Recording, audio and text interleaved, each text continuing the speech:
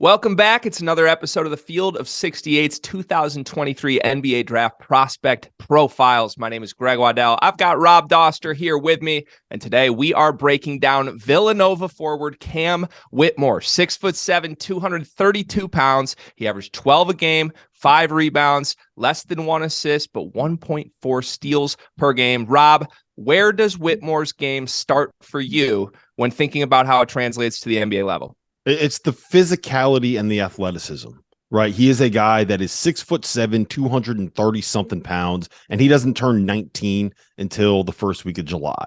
He is a physical freak. He is a physical specimen. He is a guy where if he's able to get half a step on you, like you're not catching up, you're getting dunked on, right? He is a terrific straight line driver, and he has the physical body type of what every NBA team is looking for in terms of these switchable, versatile guys that can guard power forwards, that can also switch onto point guards, players that can knock down threes and also find a way to be able to get all the way to the rim.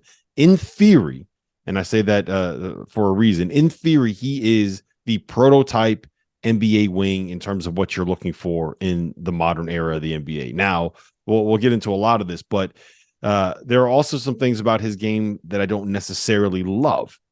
Some of the decision making. He's not a guy that is going to be a great passer right now, Greg. He averaged less than 1 assist per game, which is fewer than the number of assists per game per show that Jeff Goodman averages.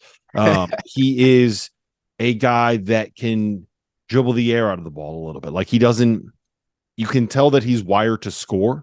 And you can tell that he's played in a lot of offenses where like you give him the ball and you get out of the way. And I don't know if he's necessarily built to be a lead scorer at the NBA level. There's not a lot of guys that are built for that. And defensively, he is a physical marvel. He's also a guy that very much looked like an 18-year-old that missed a whole bunch of the preseason with a thumb injury when he was supposed to be drilling on where you rotate to, when you switch, getting some of these things down. So there's a lot of work and there's a lot of there's a ceiling there, but the kid, I mean, if you're just drafting for athleticism and potential, I don't know how many guys have more athleticism and potential than Cam Whitmore, especially coming out of the college ranks. Yeah, I think he has a wide range of outcomes here because if you're drafting for upside, it's really easy to write off some of his limitations last year of what he showed at Villanova of like, oh, he missed the entire preseason. He missed the first month of the year. Like he was playing catch up for the first 2 months of the season. But the upside's there, right? When you're one of the youngest players in your class, when you're an elite athlete, when you're a good cutter, when you shoot the ball well at the rim, like the other things that maybe aren't there with his game right now, like the shooting, like the playmaking, facilitation, are things that he's shown flashes of, even if they're not consistent elements of his game right now. The biggest thing for me is, to your point about he's a prototypical NBA wing, right? He's got the size, 6'7", 230. Like he's only going to continue to grow into that frame and put more muscle on.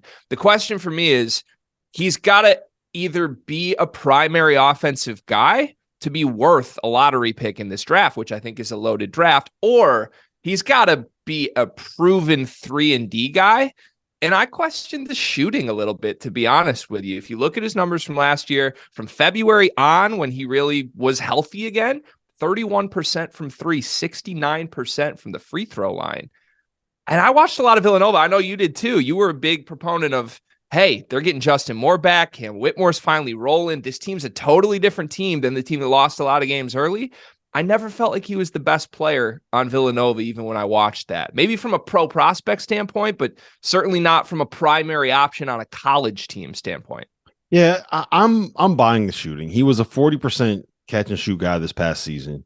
I think that he took a lot of bad threes. I think he took a lot of shots that weren't necessarily the best shot selection. And I think a lot of that had to do with the fact that what Villanova was kind of forced into last year offensively was, okay, your turn to go one-on-one. Okay, your turn to go one-on-one. Okay, your turn to go one-on-one. They don't run a lot of sets. They run a lot of it's very much an offense where it's like drive, kick, drive, draw two, get it out to somebody, and they didn't have that first person to kind of get into the lane and create the cycle offensively. So he was stuck doing a lot of one-on-one stuff. And he's good at that when he can get all the way to the rim. If you can cut him off, If you can force him to try to take a step back, then he's not that great. And I think some of that will come with time. Like I said, 40% catch and shoot, a guy that made a bunch of corner threes. Like, I think he's a guy where you can use him there. I also think that he is enough of a physical presence that you can use him in different ways offensively. Like, I can see him being a small ball five at some point in the NBA. I could see him playing in the dunker spot, right? And I don't think that we should overlook the fact that he is still 18 years old, right? He is a full year younger than Jet Howard, who is somebody that we'll talk about later on today. So there's room for him to learn. Like, when you are that age, when you are a freshman, you're not supposed to have it all figured out defensively. You're not supposed to have it all figured out offensively. You're supposed to learn and you're supposed to develop over time. The guy that I would compare him to, and tell me if you think this is crazy. There's two that I wrote down for what his ceiling could be. Okay. I think if he hits his ceiling, if he continues to develop the jump shot, if he gets better defensively, if maybe he could add a little bit more passing range, I see him ending up somewhere in the Jaylen Brown, Andrew Wiggins range. I think those are the two guys. Like, Jaylen Brown had some of the same question marks coming out of Cal, and he got into an NBA organization. He figured it out a little bit. He was able to step out of the offense that they were running at Cal and showcase a little more of what he had. But I think he is a guy that eventually could end up being a 20 or should end up being a 20 point per game scorer at the NBA level. I don't know if he's going to be the first option. I mean, look, Jaylen Brown, there's a reason why he's succeeding on the same team as Jason Tatum. Andrew Wiggins, there's a reason why his best years came when he was on the same team as Steph Curry and Klay Thompson. It took the pressure off of him in terms of having to be that primary guy and just ask him, hey, look, go play some defense, be a crazy athlete, and get us 20 points a game. That's all you got to really do. And it took the pressure off those other parts of his game, and both those guys have thrived as secondary options. I think that's probably what Cam Whitmore ends up being.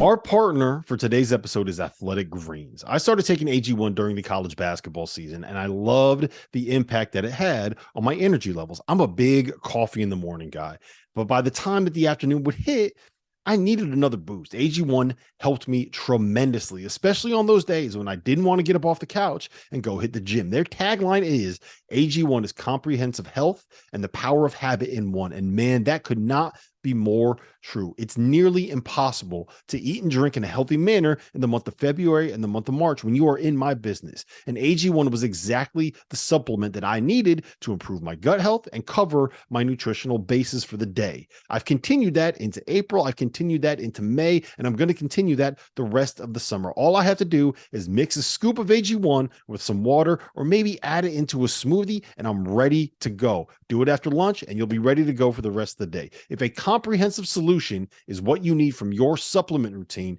then Athletic Greens is giving you a free 1-year supply of vitamin D and 5 free travel packs with your first purchase. Go to athleticgreens.com/field68. That's field 68 FIELD, the number 6, the number 8, and you can get yours now. So check it out and help support this show. Thanks. Yeah, so I think those are probably top 5% outcomes for Cam Whitmore, but I don't hate the comp, right? Like, you look at their college numbers, similar shooting percentages. They got better in that area when they got to the league. Two things that I think have benefited those guys, to your point, situationally in the league, have been when they have been on a team with other guys who are the primary engine of that offense. I think Cam Whitmore desperately needs that. And to your point earlier, we didn't see that really at Villanova. By the time we hit February, even when Justin Moore was being reintegrated into the lineup, it was a lot of iso ball. It was a lot of get out of the way. Cam Whitmore, your turn, my turn. And had we seen him play with a great Villanova point guard, like, I think the narrative on Cam Whitmore could be totally different, and he looks a lot different because he was so good as a cutter. He was so good off the ball. He's smart. He gets in the right spots. My comp is probably closer to his floor, but I want to throw this back at you. I see Justice Winslow in Cam Whitmore. I see a big body wing that in theory, it's like, oh, if he has the jumper, he can do everything. He could play some small ball 5. But in reality, we're not sure that jumper's ever going to get there. Ideally, he's a lockdown, positionally versatile defender, but I don't know that he ever becomes more than that. Yeah, and I think that's right there is the range of what he could end up being. right? Like you're talking about Justice Winslow to Jaylen Brown is pretty much the entirety of the range of outcomes for Cam Whitmore. Which is worth like if you're late Yes. lottery, that's probably worth a swing for upside, right? Yeah, and I would probably take him in the top 8. I think Wow. Brandon Miller is clearly the best prospect coming out of the college ranks. And it's hard for me to sit here and say Cam Whitmore is not in the conversation for the second best prospect coming out of the college ranks this year. But that's because I love the physicality and I love the things that you cannot teach. And if I'm an NBA organization, I'm betting on being able to teach him some of the stuff that he's not quite figured out yet. Like being able to make some higher level reads, not getting tunnel vision when he puts the ball on the floor. Like you can go back and watch the tape, right? And there's lots of instances where he is getting to the basket and drawing a help defender, and all it takes is a little pocket pass, a little dump down, maybe a lob, and somebody's got a layup, and he's forcing a tough finish at the rim. Part of that is because he is a terrific finisher around the basket. Like the dude is 6'7", 230 with a long wingspan, a crazy vert. Like he loves contact. He relishes the contact. He goes through the contact. People bounce off of him. You can't stop him once he gets a step by you. So adding a little bit of that like mid-range game. And look, the biggest thing, let's be honest, he has to drill the techniques and he has to learn the fundamentals of what it will take to be a team defender, not just to like stay in front of this dude, be a weak side helper. Got to get better at sitting in a stance, got to get better at staying in front of guys, got to get better at finishing off possessions. But all that will come. Like he's 18. He's not a finished product at all. Look at all the guys right now that are kind of like 22, 23, 24, that are starting to really figure it out. De'Aaron Fox immediately comes to mind. Dennis Smith Jr., another guy that comes to mind for me. Like these elite athletes that took 4, 5, 6 years in the NBA once they get to their prime, and now they're figuring out and they're at that level. So maybe you don't get it on his first contract, maybe it's his second contract, but I love the upside with Whitmore. And like I said, the biggest thing is I'm buying the jumper, and I think you could teach him to be what he needs to be defensively. Here's another name for you. I think OG Anunoby is right there in the range of outcomes for him. Like that's probably in the middle of our yeah. we went ceiling then floor. It's probably like OG feels most appropriate here to me. So I love the athleticism. I love the way that he can get to the basket, and I'm buying the jumper. And if you can give me those 3 things, then I would trust my organization to be able to develop that player into a guy that is a very useful piece at, let's be frank, the single most valuable position that there is right now in the NBA. Very true. For the record, I'm selling the jumper. So we have one buy, we have one sell. I would still take him late lottery though. Maybe not 8th overall. I'm thinking more like 10 to 14 range. Final question on Whitmore for me. If Jay Wright was his coach last year, how different are we talking about Cam Whitmore? I think it is a different conversation because I do think that Jay would have been a little bit better when it comes to figuring out ways to run stuff offensively and kind of get him better looks. But at the same time, like the biggest thing with Jay is I think that he was one of the best teachers of the game, like teaching you how to play. Right. And that's what Whitmore really needs more than anything else right now is being taught how to play. So maybe it would have sped up his development a little bit more, but we would still have the same, like, look, he missed all the time where you learn basically how to be a team defender in that Villanova system. Right. Maybe he should have caught up, but at the end of the day, like, if you watch the defensive possessions that they have, like you see him missing switches, you see him missing reads, you see him getting lost defensively. And I don't know if that gets cleaned up with Jay Wright on the sideline because Jay would have missed all this time actually being able to teach Cam because Cam wasn't there for like 6 weeks in the preseason when you learn all that stuff. So I feel like I'm talking out of both sides of my mouth. It probably speeds up the development a little bit more offensively, but we still have the same criticisms, I think, of Whitmore overall. But again, I cannot emphasize this enough. He is not 19 years old yet. He's not 19. There's so much room for him to learn and grow and develop. And if you trust your development system, then I think you want to get the best athletes that have the potential to be good shooters.